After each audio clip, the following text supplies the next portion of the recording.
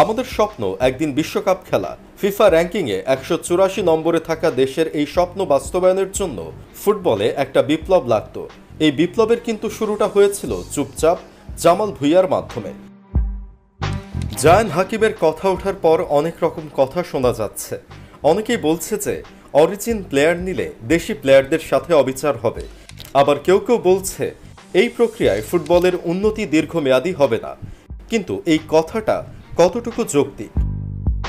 দুইবার বিশ্বকাপ জেতা ফ্রান্সের দিকে তাকান, তারা সবসময় আফ্রিকান অরিজিন প্লেয়ার পেয়ে থাকে। মিশেল প্লাতিনির যুগেও ছিল। ১৯৯৮ সালে তারা যখন নিজেদের প্রথম বিশ্বকাপ জিতল, সেই দলেও বেশ কয়েকটি আফ্রিকান অরিজিন প্লেয়ার ছিল। তাদের এই অরিজিন প্লেয়ার আশা কি থেমে গেছে? উত্তর হলো না। ২০১৮ সালের বিশ্বকাপ জয়ী ফ্রান্সের দলের টপ পারফর্মাররা প্রায় সবাই আফ্রিকান অরিজিনের। এরপরও তারা থেমে নেই। এক জেনারেশনের পর আরেক জেনারেশন আফ্রিকান অরিজিন প্লেয়ার উঠে আসছে তাদের। লোকাল আর অরিজিন মিলিয়ে তারা শক্তিশালী দল বানাচ্ছে, প্রতি টুর্নামেন্টেই ডমিনেট করছে। এই থিওরি মেনে নিলে সামনে বাংলাদেশ আরও অরিজিন প্লেয়ার ধরে আনতে পারবে, এমনটা মেনে নিতে বাধা থাকার কথা না। এটাও বলা হচ্ছে যে অরিজিন প্লেয়াররা আসতে থাকলে লোকাল প্লেয়াররা উঠে আসবে না, তাদের সংখ্যা দিন দিন কমে যাবে।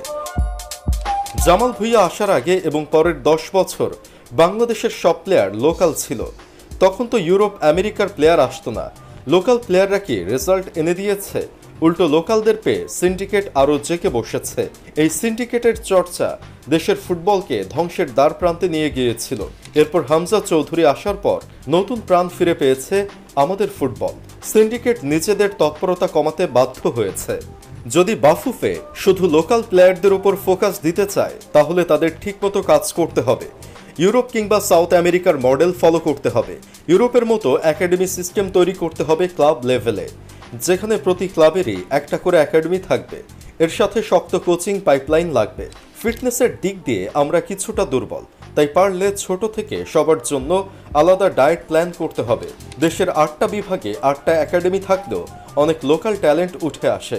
এখন প্রশ্ন, অরিজিন প্লেয়ার আনা কি স্থায়ী সমাধান? স্থায়ী সমাধান কিনা তার উত্তর সময় দিবে, কিন্তু বর্তমানে এই প্রক্রিয়ার বিকল্প নেই। অরিজিন প্লেয়াররা ইউরোপ আমেরিকার একাডেমি সিস্টেমের মধ্যে বেড়ে উঠেছে।